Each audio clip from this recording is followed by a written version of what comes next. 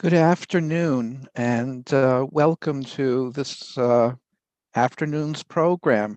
My name is Carl Ehrlich. I'm the director of the Israel Golda Koshitsky Center for Jewish Studies.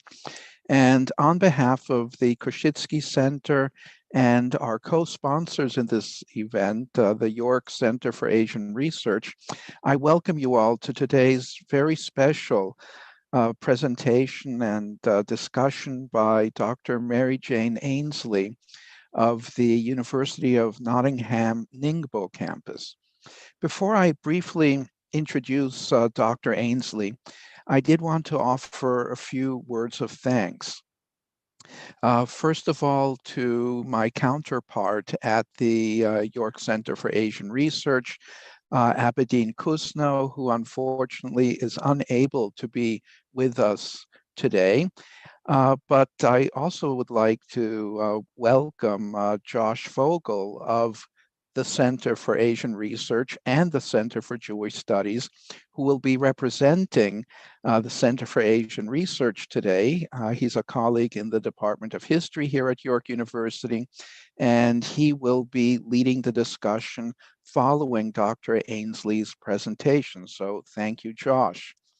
I also would like to thank Dr. Laura Wiseman of the Center for Jewish Studies, who is the one who set up this relationship, as it were, with Dr. Ainslie, and it's thanks to her intervention that we were able to mount this program.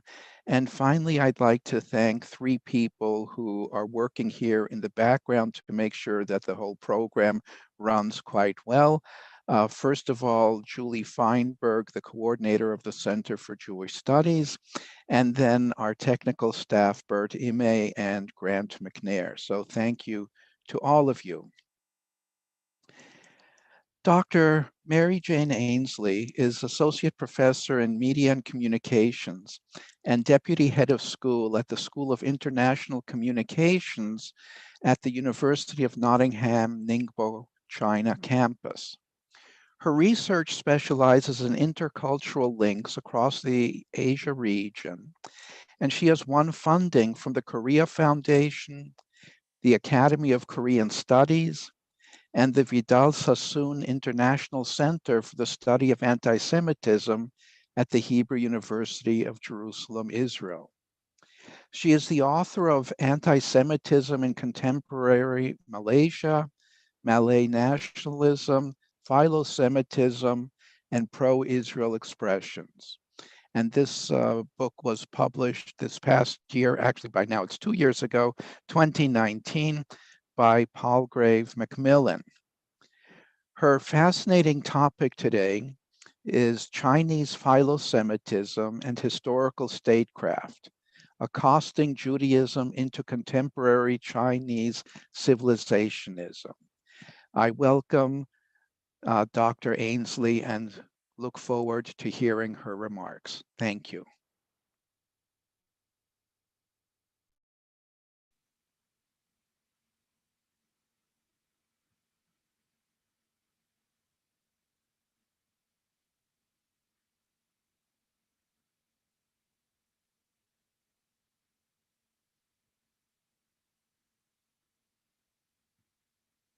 Okay, can everybody hear me?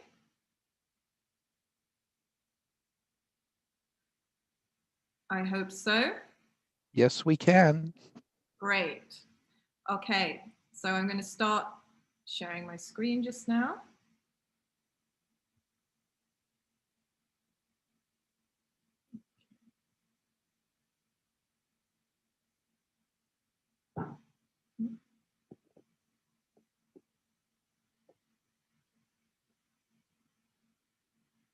Okay, can everybody see my presentation?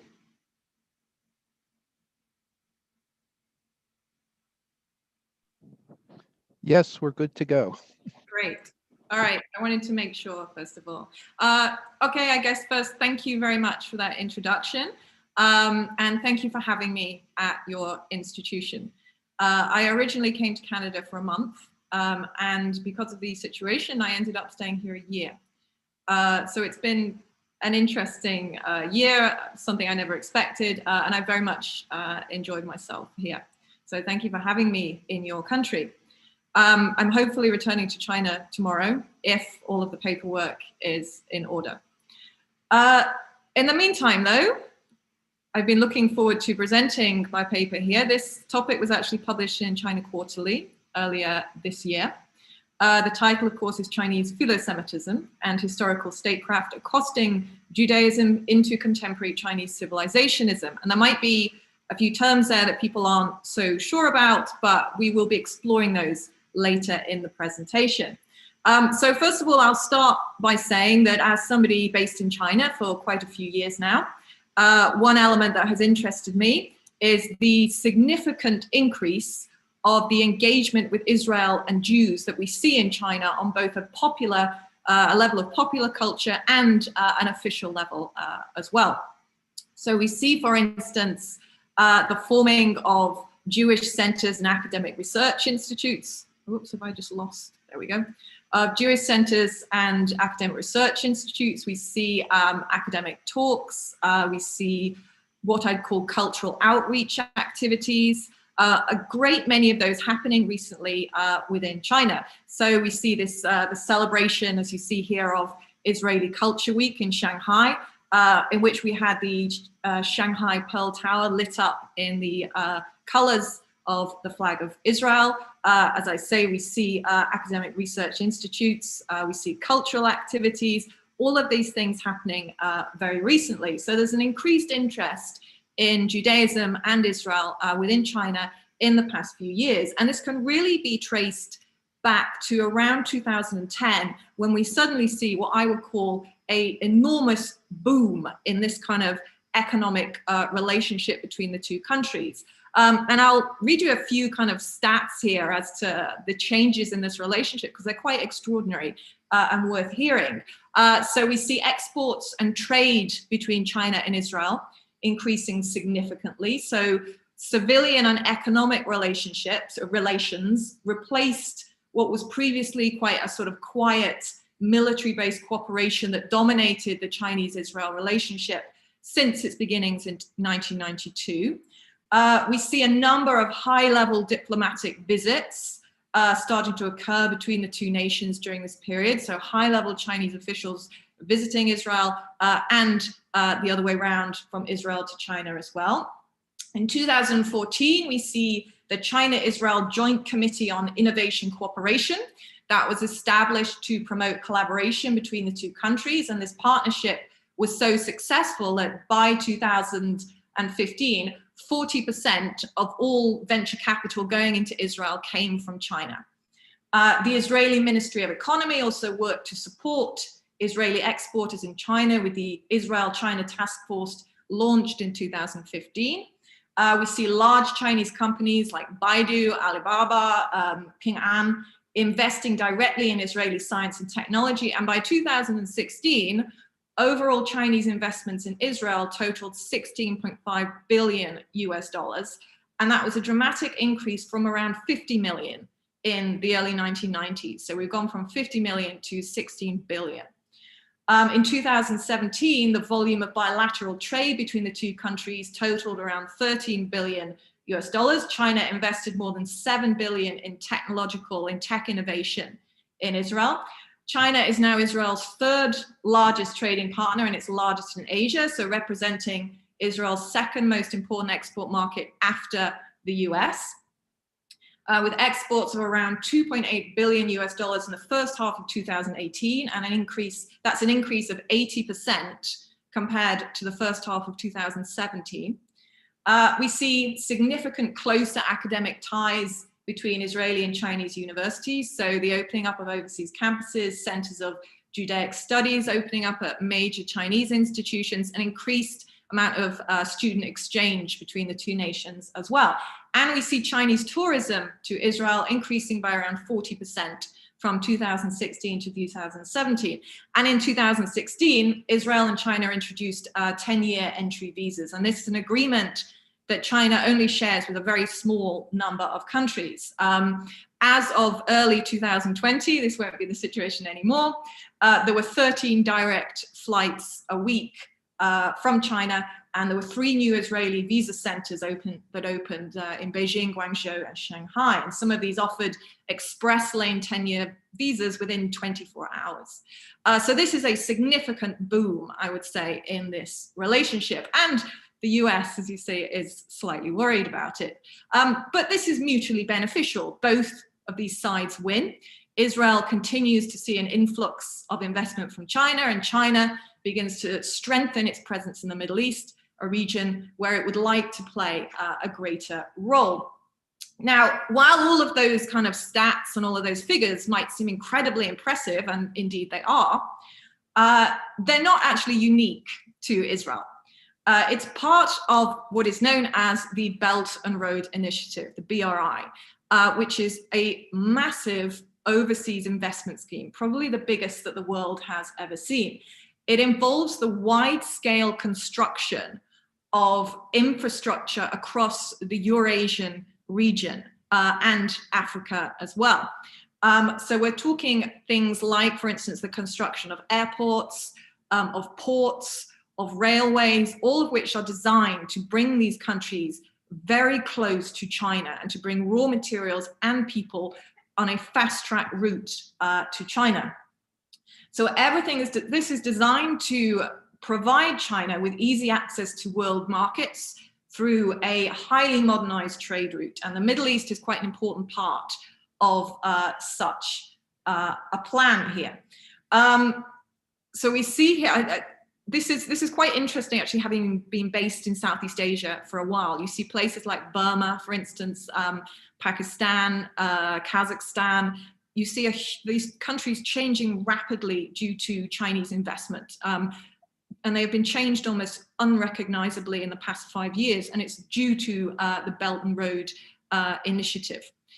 Now, Israel actually is not so important to this because it is kind of a small country in this way. So it isn't central to the BRI, however, but it does have some importance. Israeli tech, agricultural tech in particular, has been a big part of the MOUs signed between China and Chinese and Israeli organizations. And as well, Israel kind of operates as a sort of gateway to the EU and to the African markets. So we see, in particularly in Haifa, of course, major Chinese construction there. So although Israel is quite small, and although it doesn't have kind of brilliant connectivity around the Middle East, it is still quite important to this. So we see a strong kind of investment in all of these countries and within Israel in particular. We're gonna come back to the Belt and Road Initiative later on. For now, there's also another element that we should talk about when we're talking about the BRI and the kind of construction of China now in the contemporary context, which is this notion of historical statecraft. Now, historical statecraft has been very important to the Chinese Communist Party, Communist Party of China, rather.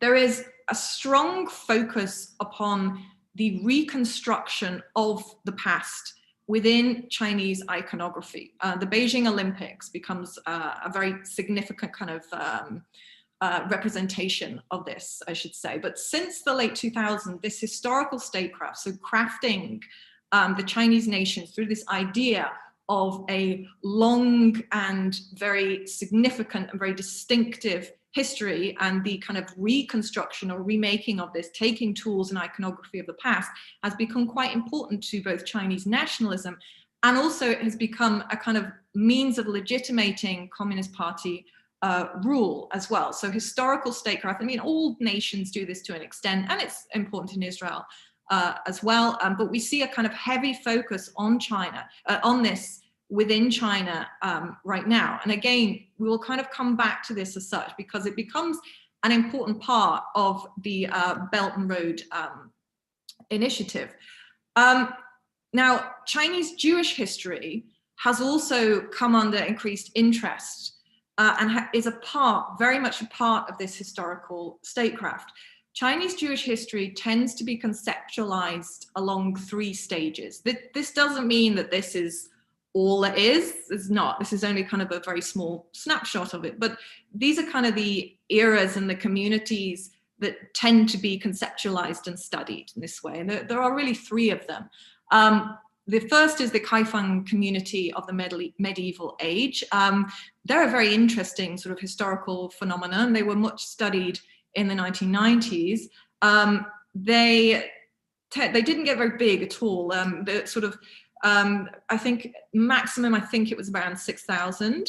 And they kind of ended, I think, around the 16th century, around about that. There's a lot written about them, and it's very interesting. So there's a lot of study of them, and their kind of the way in which they sort of melded theological constructions of Confucianism and Judaism.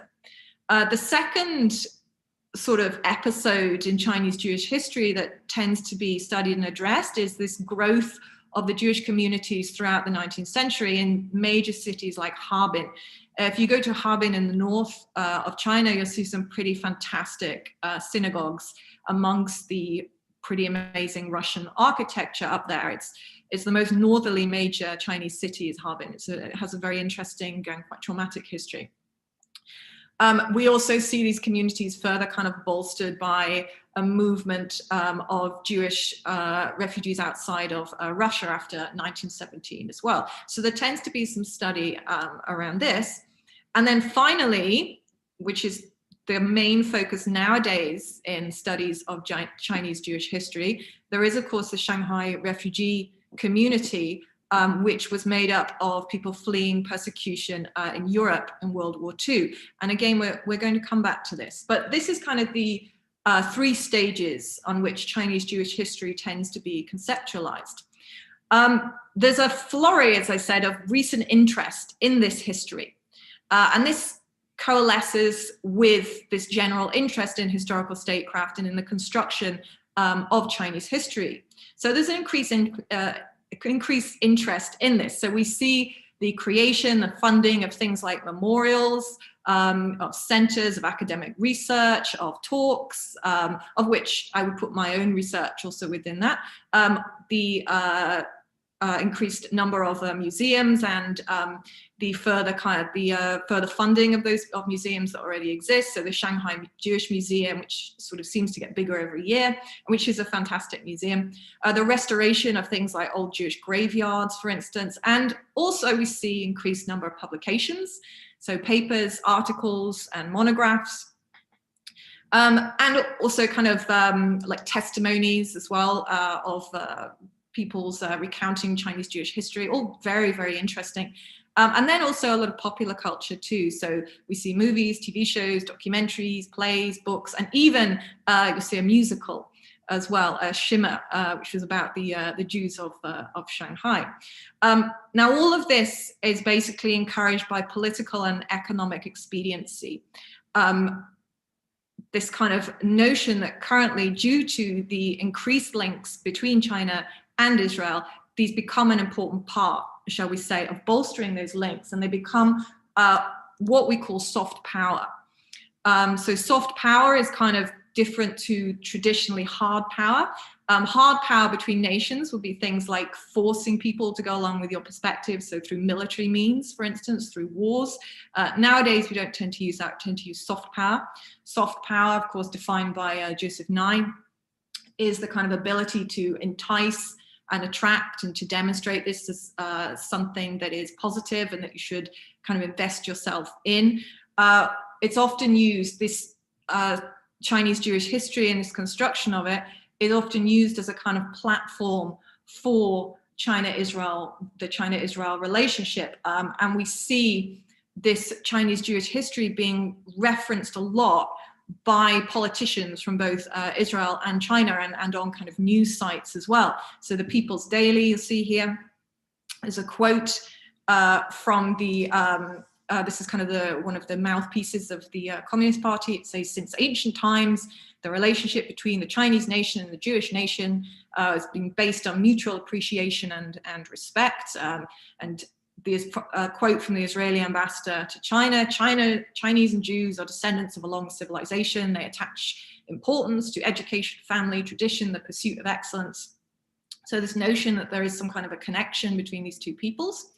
And we see the funding and publication of research projects. Notice, for instance, here, these were actually funded by the National Social Science Fund of China, which is quite a prestigious award here. And you'll see that these research projects into Chinese Jewish history, what I'd highlight here is this idea that they are noted as having practical significance. So they're being again used as a platform to increase the economic relationship between China and Israel here. So this idea that the results of such studies have been applied in diplomacy, in China's diplomacy in this way. Now,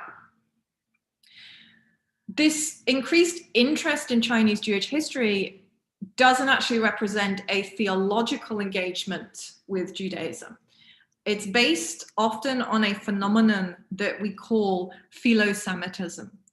And Philosemitism, on its very basic level, is almost kind of like the opposite of anti-Semitism. It involves cultural and racial stereotypes of Judaism and Israel, but these are positive stereotypes. It's a discourse that we can trace back to 19th century Europe. Sorry, my throat is a bit bad. I'll keep going there. And it has quite it originated in 19th century Europe. It has a complex relationship with the Israeli state because, as with most states, they do quite well out of this idea of positive attributes attached to the nation and its people. And it emphasizes qualities like the idea that Jewish people are very good with money, for instance. They're survivalists, they get through everything, they're entrepreneurs, they have a heightened intelligence, and that they have this kind of genetic superiority. So we're talking very social Darwinist here, but something that is very positive, as I said. So we see Philosemitism in China, and we see this having a strong development here. There's little analysis of Philosemitism outside of the Christian world. I've got a few kind of references there that are in existence. I put my own book on Malaysian Philosemitism in there as well. But it's something that's really only just beginning to be studied in places like Japan and South Korea and China as well. It doesn't have a theological basis within China. It can probably be traced to, as I say, the Baghdadi, the Indian Jewish traders in the 1800s and the 1900s there. And we see Sun Yat-sen, the father of modern China, expressing such praise of Judaism and leading historical Jewish identified intellectuals such as Einstein, Marx, and Freud. They're all admired within China, specifically as Jews. So this developed, after 1992, it actually developed very quickly, and the establishing of relations between China and Israel in 1992, it developed quite quickly as a discourse. And it can be traced to around, it sort of got big around 2002, researchers say. Here we see a calming of the Israel-Palestine situation, and we also see some new kind of online information. We see sort of the growth of cyberspace, the access to more information within China. And it challenged the previous kind of position of China and Chinese people, which was very kind of pro-Palestinian prior to around 2002. Now, also, we see this being somewhat associated with this idea of an affiliation between Judaism and Confucianism. So emphasis on education and learning and filial piety being very important. This kind of draws parallels between these two ideologies. And you can see the kind of books that are actually available within China.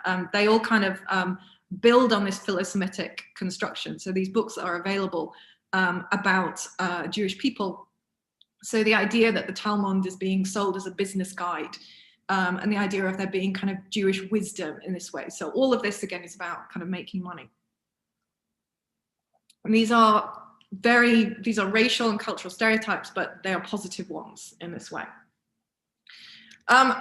So these characteristics, these philo-Semitic characteristics in China, they take on these notions of positive governance, national identity, and they're transferred to this collective quality that is admired in Jews in the state of Israel. So these ideas such as moral refinement, advanced civilization, a will to survive, this heightened intelligence and wealth, and Jewish people being, and Israel in particular, as being brave and being innovative. So this is the image that we see within China that's developed particularly since 2002, and it is very prominent right now.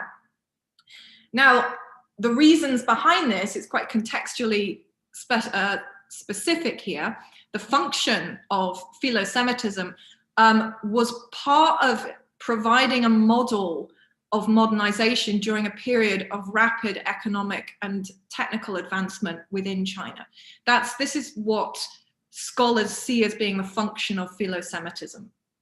And this, interestingly, became a kind of model within China of Western success, Western economic and social success. So Jews in Israel began to be seen as kind of the pinnacle of everything that the West has to offer. And this, of course, is very ironic, given that Jews in Israel are very often othered within the West, particularly in Western Europe.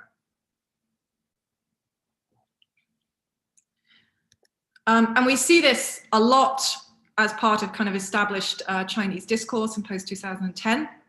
These quotes that I use in my research that were from Chinese social media.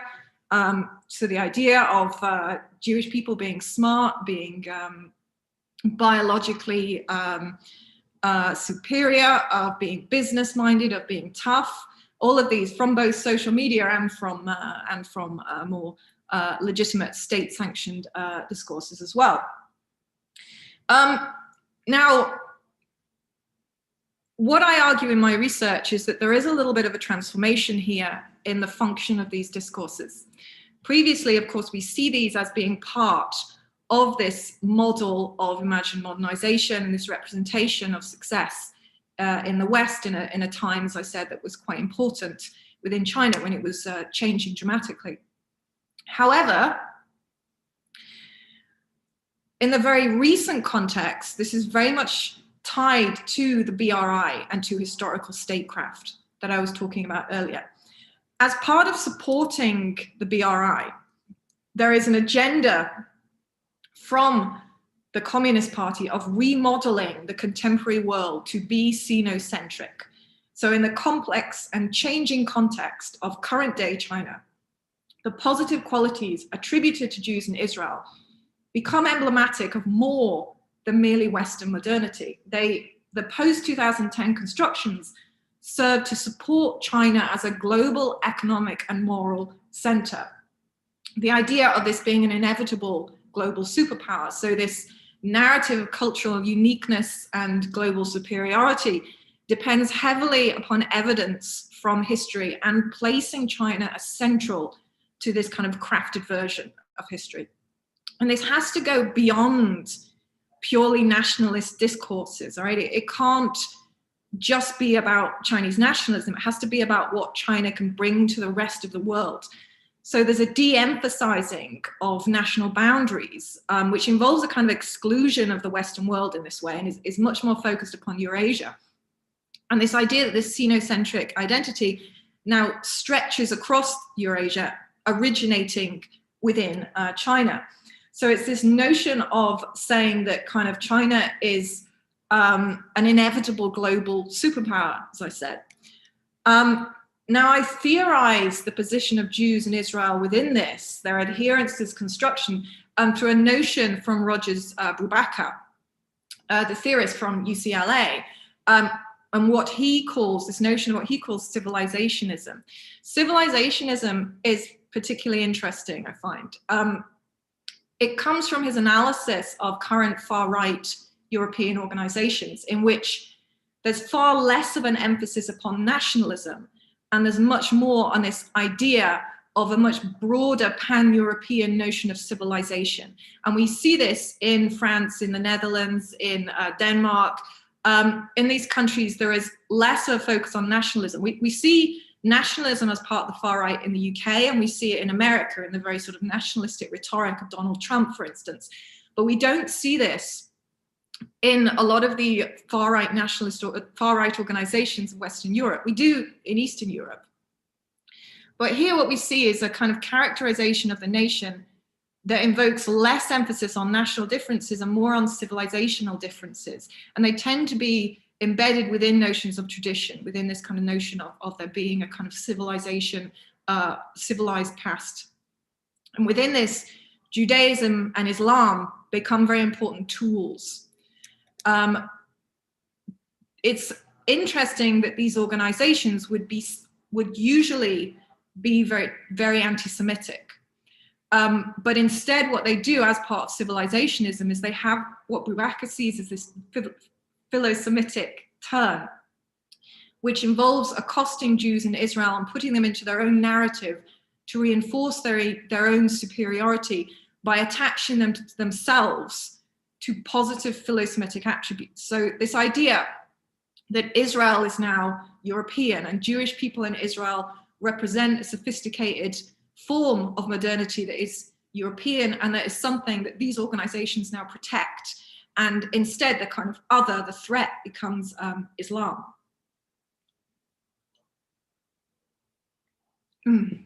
Okay. So we see this also within China, I argue, as part of historical statecraft and as part of the BRI.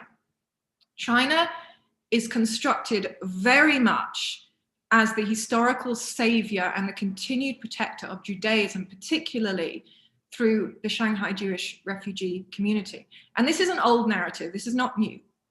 It can be traced to around 2000, the year 2000, when we see this kind of shift from a focus on the earlier Kaifeng Jews to the Shanghai refugees, this kind of shift of interest both in academia and popular culture. It largely focuses upon notions of Chinese benevolence. So this idea of China and its nation, the people and the government as personally responsible for the survival of Jewish people, very much countering previous negative constructions of China within Israel.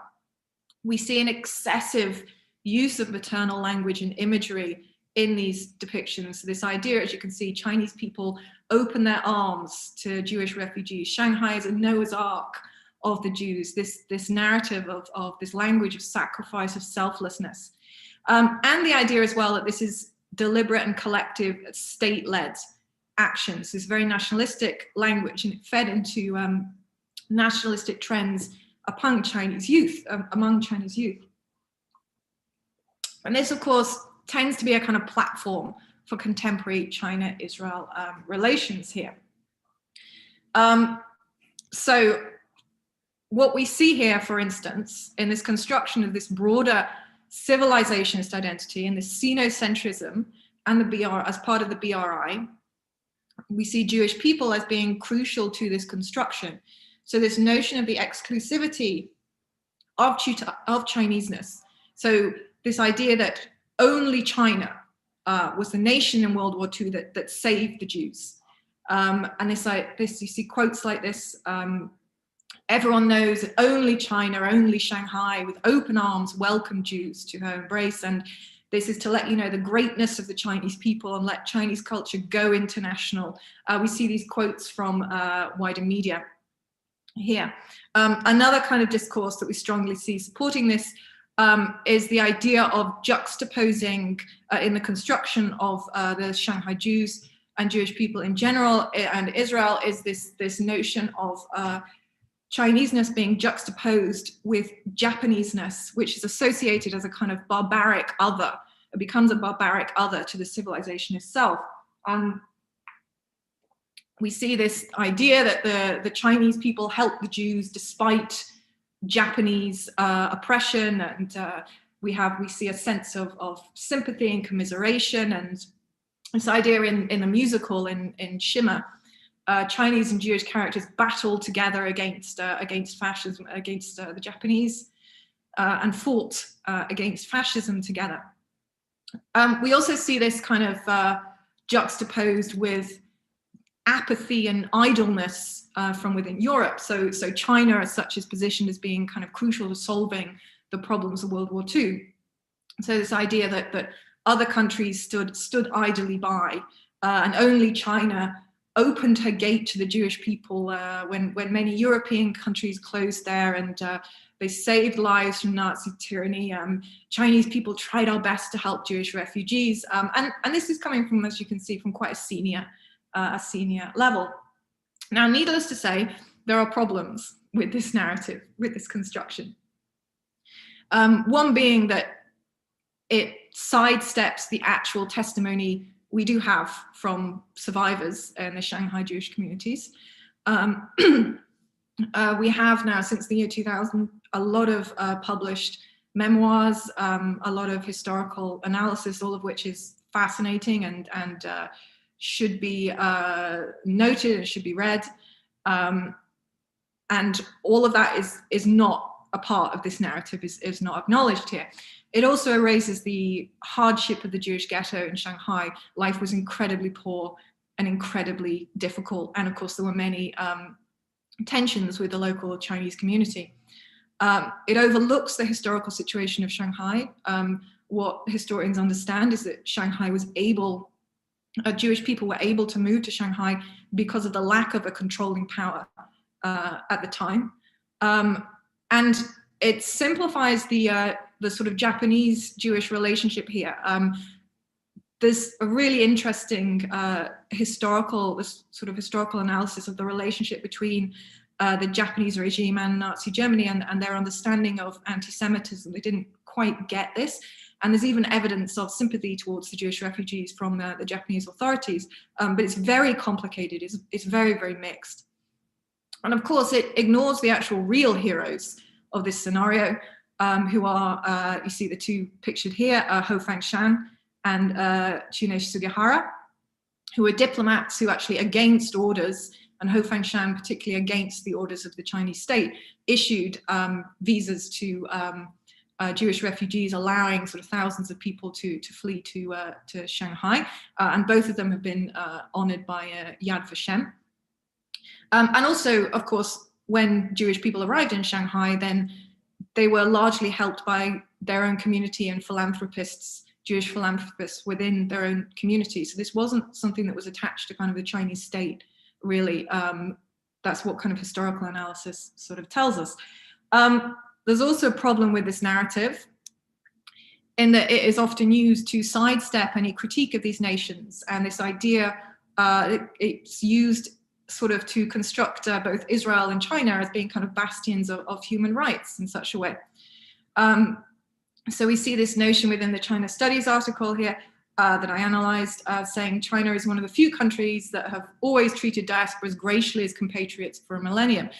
That's somewhat suspect, shall we say. And this was an article examining Chinese Jewish history here. And we see, for instance, as well, the opposite, the same thing happening within Israel. So when there was any kind of reference to the Israel-Palestine situation, there was immediate, by Chinese authorities, there's immediate kind of invoking of Chinese Jewish history to kind of just basically sidestep that very quickly. We see as well this notion of the recrafting and reappropriating of history in the 2015 celebrations of the end of World War II by China and Israel. So what purported to be a celebration of 70 years of the defeat of fascism was co-opted into celebrating 20 years of friendship between Israel and China. So basically becoming a means to support an economic agenda here. And there's also some extremely concerning matters regarding the unchecked development of Philosemitism within China. Ultimately, Philosemitism is still racial stereotyping. It's still reducing Jewish people to a distorted and exaggerated and exceptionalist view. And this is very dangerous within the Chinese concept, within the Chinese context, where we have a nation that places strong emphasis on ethno-nationalism, harsh treatment of ethnic minorities, and very negative attitudes to outsiders. This is kind of xenophobia and xenophilia are kind of two sides of the same coin, and they can switch quickly from one to the other, depending on the context. So the notion of Jewish people as being financially very adept can be a positive stereotype, but when it suddenly becomes threatening, it's flipped to the other side, that, you know, you have to control Jewish people, they will hoard all the money, this kind of idea. This stereotype can be used to both ends. So when Jewish people no longer adhere to this civilizationist narrative of Chinese global superiority, then this Philosemitism could quickly become anti-Semitism. And there is evidence of this. So we do see the beginning of negative racial stereotypes towards Jewish people in China, and access to more traditional forms of anti-Semitism, including things like Holocaust denial. So we're starting to see this for the first time entering China through cyberspace. And there is somewhat of a concern towards this. And also the treatment of the descendants of the Kaifeng Jews at the moment by the Chinese state, which is slightly worrying too, in that there's a notion that this internal Jewish identity could actually threaten Chineseness in a sense. And so there is a kind of concern around this, I would say, of its potential.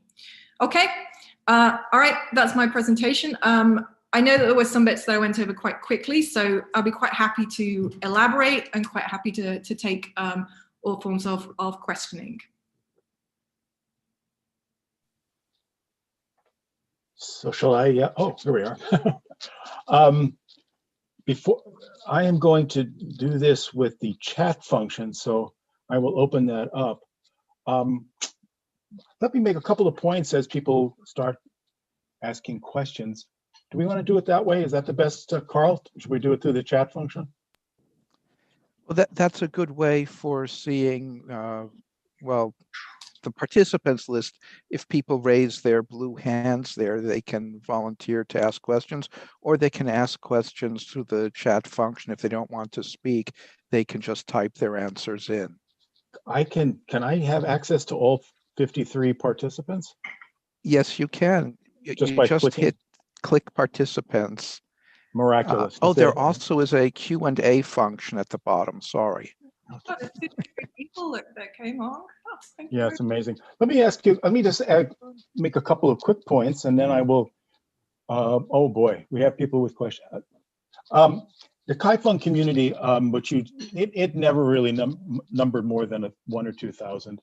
It was, the city of Kaifeng was the capital of China at that time, but it was, and it finally dissolved very early 20th century. They sold off their last Torahs and everything.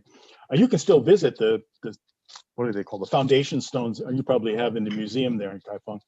And the other thing about Harbin is very interesting. The Chinese will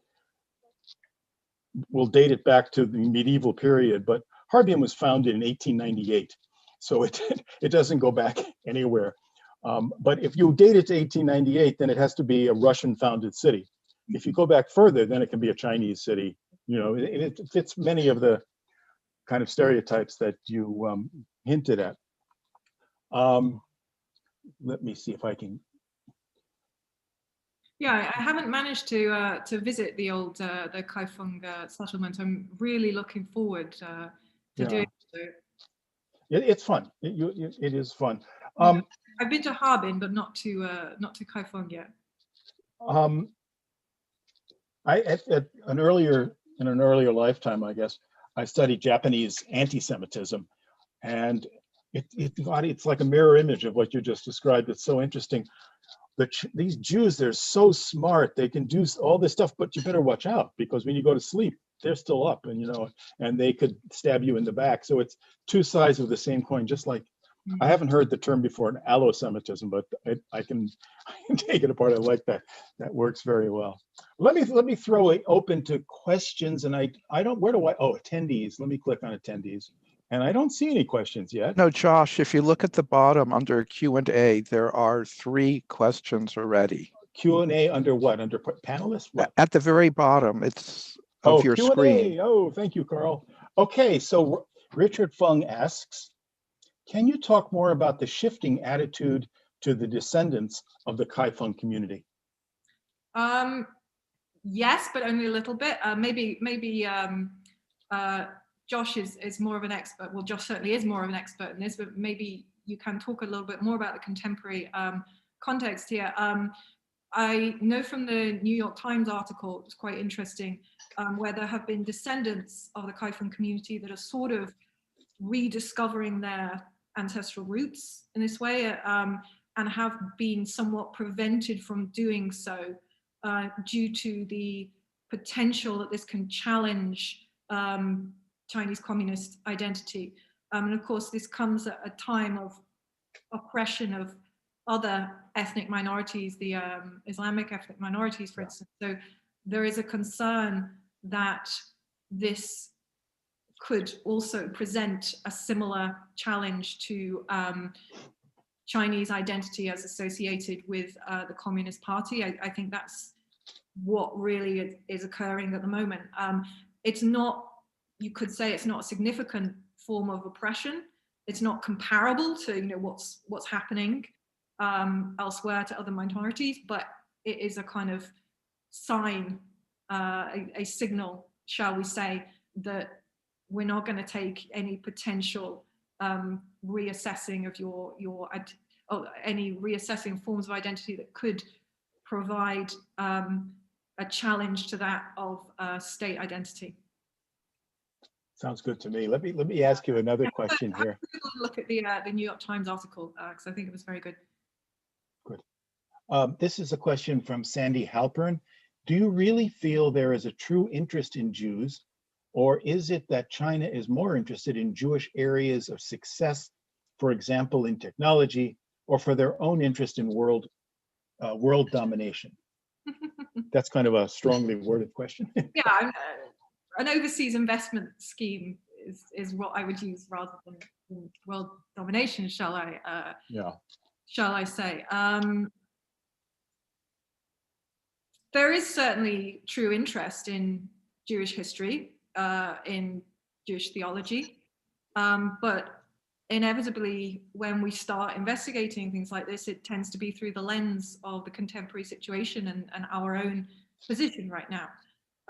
So I would say that this genuine interest is filtered through the way in which this is presented and the economic interests of the Chinese state right now. So I wouldn't say that this doesn't represent a genuine interest. I think we have to think about what we mean by the term genuine in this way. Does that answer the question? A person can raise it again if they feel not. Let me ask you this. You remember about maybe 10 years ago, it happened to me that a friend of mine said, "Hey, Josh, what is this about all Koreans are reading the Talmud, you know?" I said, "What are you talking about?" And I'm surprised that any Koreans are reading. And he sends me an article, and I spent, I don't know, half an hour on the internet going through a million websites. And I think you had the Chinese equivalent on one of your slides that somebody had published a book on how to be successful, all the business knowledge you can possibly want in 100 pages, right? Yeah, a manual for business success. Do you know what I'm talking about? I don't know the details, but there must have, was that the Chinese equivalent of something? All the secrets of the world in business can be taught through learning, a couple of passages in the Talmud. Well, I mean, China does have its own models of business success very much. So I think this is in addition to that. But yes, there is the use of Jewish, you notice the term of Jewish wisdom is associated with being economically and business savvy in this way. And yes, there is an emphasis on using texts like the Talmud to do that. There is also a sort of, I did touch on this sort of interest in drawing comparisons between Confucianism and Judaism, but that doesn't seem to have filtered down into popular culture, is what I'd say. Okay, Kiefer Wong asks, can you speak more about the erasing and growing evidence of anti-Semitism in China? You mentioned how this is linked to a possible shift from positive to negative stereotypes, but is there something beyond this possible shift?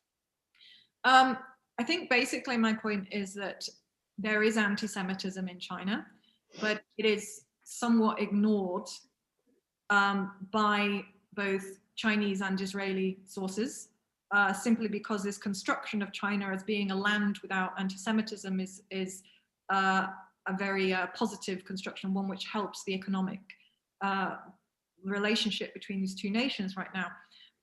But I would say that certainly there is growing evidence from scholars studying this that there is anti-Semitism in China.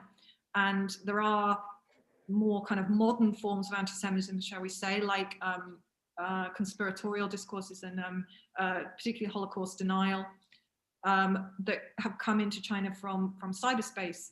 And there's also, this is one thing I look at in Malaysia when I'm talking about the form of anti-Semitism there.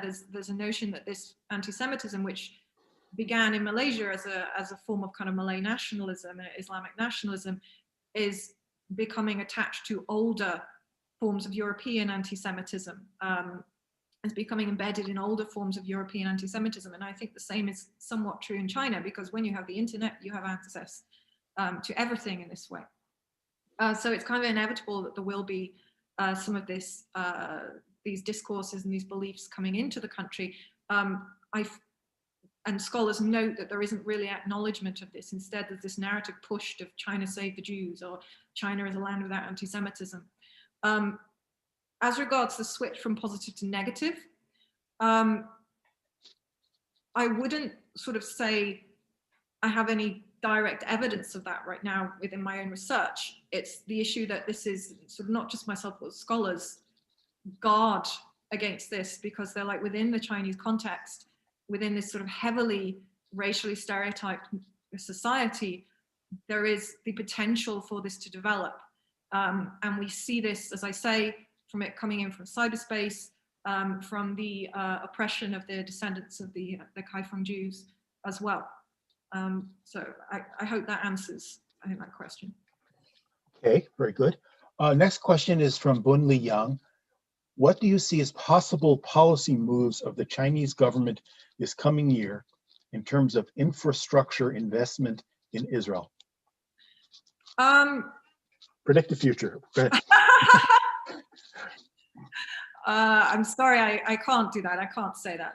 I would say that the investment in Israel tends to be Israeli tech, the use of Israeli tech, particularly agricultural tech, Israeli startups, and also, of course, the building of ports like Haifa, Chinese investment in ports like Haifa. That's from my own research that I was conducting. That was what was mostly noted. So I can't talk about any kind of new infrastructure or anything that's happened right now. Okay. Here's a question from one of our colleagues, who's professor of Jewish history, David Kaufman. I missed a good chunk of the lecture off the top, so feel free to ignore my question if it was covered. I'm curious about 1, Chinese Jewish intermarriages in the diaspora, and 2, the impacts, I apologize for his grammar, the impacts of Chinese Christianity's discovery of Jesus's Jewishness, curiosity about Jewish religious practice, and interest in accessing Hebrew. Speak of any of these, please. I think Joshua is probably more of an authority than this. These are not questions that I can really answer. But the second, actually both of them are something that I could speak a little bit more in the Southeast Asian context, in kind of Malaysia and Singapore, in that there was a phenomenon, I know in Singapore in particular, of intermarriage between Jewish women and Chinese men. And a lot of it was based on sort of economic convenience between kind of Jewish women who would be kind of refugees almost from Russia, and up and coming kind of Chinese businessmen in Singapore. This was sort of very convenient kind of marriage. I know there's evidence of that in the early 20th century. And the second one, what I did find evidence of this within Malaysia, within Malaysian Christians who are a persecuted minority in Malaysia, and also in Muslim Malays who are kind of disaffected and not happy with authoritarian control over their religion. There's a lot of interest in the links between Judaism and Christianity and Islam, which are becoming a sort of alternative form of their own religion, or carving their own relationship to their own religion away from state discourse. But I can't talk about that in China. Maybe Joshua is more of an expert there. I'll have coffee with David at some point, and I don't really know the answer. They're interesting questions, but I don't know the answer. Martin Nash asks, a foundation of Judaism is the sanctity of life. Is this addressed in this accord? I guess he means, do the Chinese address this when they approach the study of Judaism? Not that I have seen. Okay. It tends to be much more sort of superficial. It doesn't tend to be a theological deep engagement in Judaism, not on a popular level, certainly. Okay. Munjira Jefford asks, oh, this is great. I have to leave for another meeting. I'm sorry. That's a message rather than, I'm sorry, a question. Bill Liu asks, oh, here's an interesting question. What is China's stance on Palestine? Is it mentioned much, if at all, in popular government or online discourse? This is very, very interesting, certainly. And Joshua, again, I'm sure you can speak about this as well. I mean, prior to the 2000s or the 1990s, maybe, China allied itself very closely with the Palestinian authorities, not because it was particularly concerned with Palestinian human rights, but because, of course, this was a way of positioning itself in opposition to the West and to Europe and America. When, of course, that opposition in the world broke down, then there is a movement away from Chinese authorities towards sympathizing with the Palestinian authorities. And you see, there are quite a lot of articles I found about sort of saying things like, has China abandoned the Palestinians in sort of favor of the economic convenience of now having a relationship with Israel? And there is still sympathy with the Palestinian situation from Chinese people and from older Chinese people who sort of remember this positioning of the Chinese state. And so one thing sort of I did see was that you will see Chinese authorities paying lip service to this and sort of occasionally saying, oh yeah, we very much sympathize with the Palestinian plight, but they're not actually doing anything and just continuing all of their economic relationship and funding of Israel in this way. So there is a recognition of this previous position, but it somewhat doesn't continue. It's kind of what I'd say. And you did see, I think one of the quotes on my slide was from one of the Chinese authorities kind of almost covering his back by saying, oh yes, we want a two-state solution, we want peace for everyone and stuff. And then I think it was Netanyahu or whoever immediately coming in there and sort of using Chinese Jewish history and, to sidestep that issue, and which is something that wasn't challenged and which is fine with the Chinese state. So there's kind of lip service as to this positioning, but I would say that there is a very much a movement away from having and from supporting the Palestinian authorities within China due to economic convenience. This is a question from a student at Dartmouth, quite a ways away from here, but that's great that you've got the wonders of the internet, who's written on the subject. I'm not going to go into depth. This is a difficult question, but I'll throw it out there and let you answer it as you wish. Could you elaborate on the opinion the Japanese and Korean public has on Jews? Only from what I have read when I was researching Philosemitism in Asia, which was that it was there sort of somewhat before in China. It was in China, and I think some of these discourses actually, these Philosemitic discourses, actually spread to China through these countries probably. I mean, South Korea and Japan seem to be extremely Philosemitic in their construction of Judaism. And again, this is very stereotypical in this way. And you see books like, for instance, The Elders of Zion is available in Japan and South Korea, but is a manual as to how amazing these people are. Look at this world domination. Isn't that fantastic? Oh, we've got to try this. This is this kind of these positive racial stereotypes.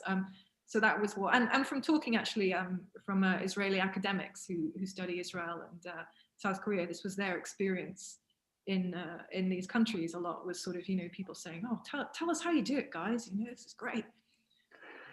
So that's all I can say on that. There's years ago, I met a Japanese scholar of Jewish history who he was quite old already he was born around the turn of the century, and he was already quite old in the mid 80s, of course. And he, at some point in the post-war period, I think it was Rabbi Herman Dicker who wrote a wonderful book about this, and some Japanese had approached him as the rabbi in the 1950s and said, I hear you people are incredibly successful in business, and I'm thinking of converting so I can become successful too. And so Dicker didn't know how to deal with this. So he approached this Japanese professor and he said, what do I tell him? He says, tell him the first step is circumcision. That'll end the discussion right there. David has another question. Just curious, does anyone know if there are Jewish agencies in the diaspora or parts of the Israeli intelligence world that are deploying bots to disrupt cyber anti-Semitism? No idea. No idea. Yeah. Okay, good. Let's try another question. In Israel, this is from Shoshana El-Harar. In Israel, there are some voices who oppose China's investment in Israel, the feeling that they buy more and more companies there. Would you know something about that? Not specifically in Israel, but throughout the countries that are undergoing rapid Chinese investment as part of the BRI, yes, there is opposition towards that. There's the movement there's often kind of there are ethical issues around this investment. So the building of dams, the building of railroads, people being expelled from their land, the movement of large quantities of Chinese workers into areas, for instance, with inevitable tensions ensuing, the building of casinos and of massive infrastructure. There's and also some quite unfair sort of and dubious financial kind of arrangements between the governments of some of these poorer nations and that of China.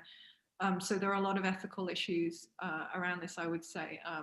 And yeah, I'm sure there are issues within China as such, within Israel, sorry, as such as well. But the BRI is a fact. It's there. It's not going anywhere. Another question from the same woman, Shoshana El-Harar. And what is China's interest in Africa? We hear that they invest more and more there.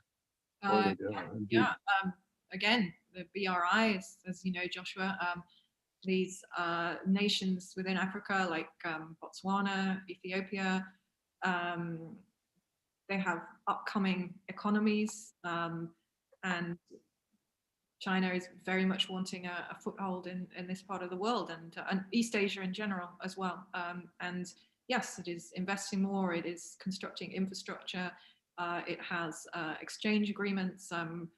We're seeing more and more African students in China at the moment on scholarships. And yeah, Chinese African links are significant in their development right now. China, even when Mao Zedong was alive, was investing in Africa. They were, they looked playing the long game and built the Tanzanian Railroad famously. But now, of course, you're right. It's part of them. There was no Belt Road business back then, but now, of course, it's part of a global strategy or something. Accelerated, basically. Yeah, exactly. Let's see. We have another question. Are you doing okay, by the way, or do you want to? No, I'm good. I'm good. You're good. All right. We have a couple more. Could you please, this is from Mr. Alvin Young, could you please elaborate on the concept of historical statecraft? How do you define it? From which theorists do you draw? Is Philosemitism in China advanced by the Chinese state, or it develops organically?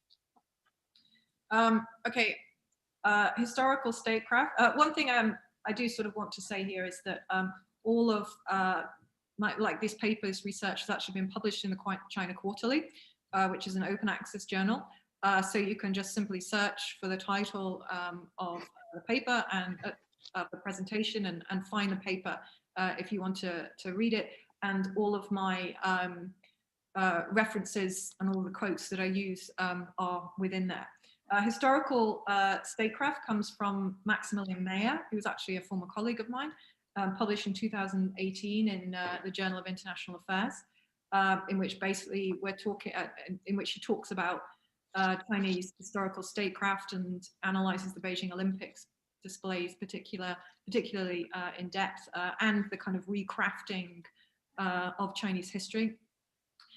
This idea that you are recreating history, which China does very well. It tends to knock things down and then build them again, and build them in keeping with a presentation of history that that supports the current state. So yeah, this notion of constructing and accosting history to create a modern nationalist, semi-nationalist, shall we say, form of identity. And the theorist is Maximilian Mayer.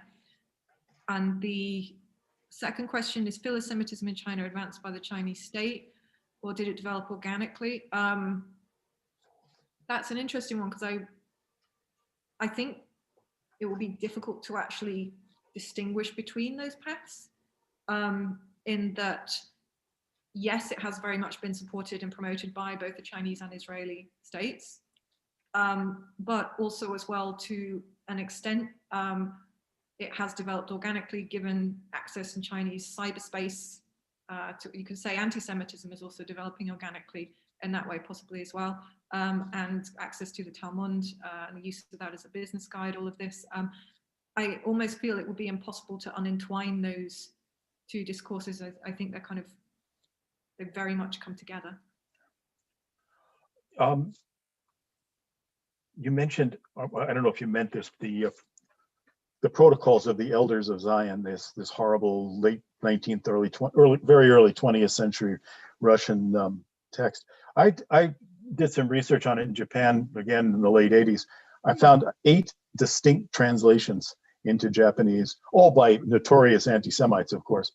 Has that appeared in Chinese translation? It must have by now. I would imagine so. Yeah. I haven't found reference to it in China. It's in Malaysia, certainly. That wouldn't surprise me, yeah. Late translations are available in bookshops and very distinguished bookshops in Kuala Lumpur. But that's another presentation. There was a period, go ahead, I'm sorry. No, continue. No, there was a time in the late 1980s when you could walk into even a university bookstop, let alone a more public one in Japan, and you would find a little Jewish corner, they called it, where you would have all the latest books, because they were publishing them, like, business guides and all the kinds of things that you're seeing, that you demonstrated from the Chinese context. And then it disappeared. It was a fad. They call them a boom in Japanese. It was a boom and it disappeared. So I'm wondering if the difference was pointed out in one of these questions recently, is that the state is much more involved. The state is inevitably involved in China in a way that it wasn't in Japan. Mm-hmm. So I can't imagine it's going to disappear like a puff of smoke.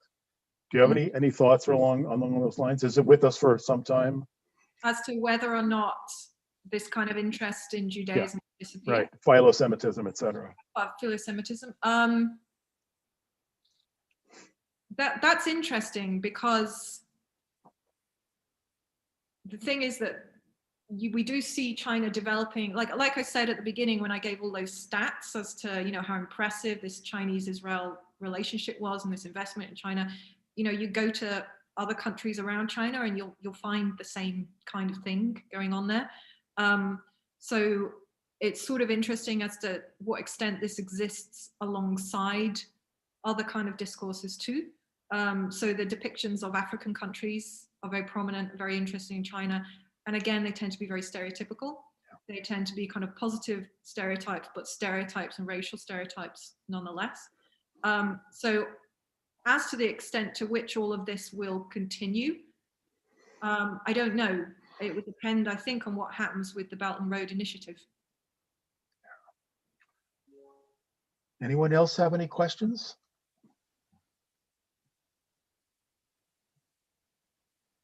Well, in that case, let me just say that this was very, very. Did you want? Oh, there another one?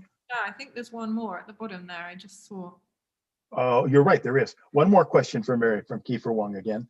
Thanks again for the great presentation. Can you elaborate on Brubaker's 2017 concept of civilizationism?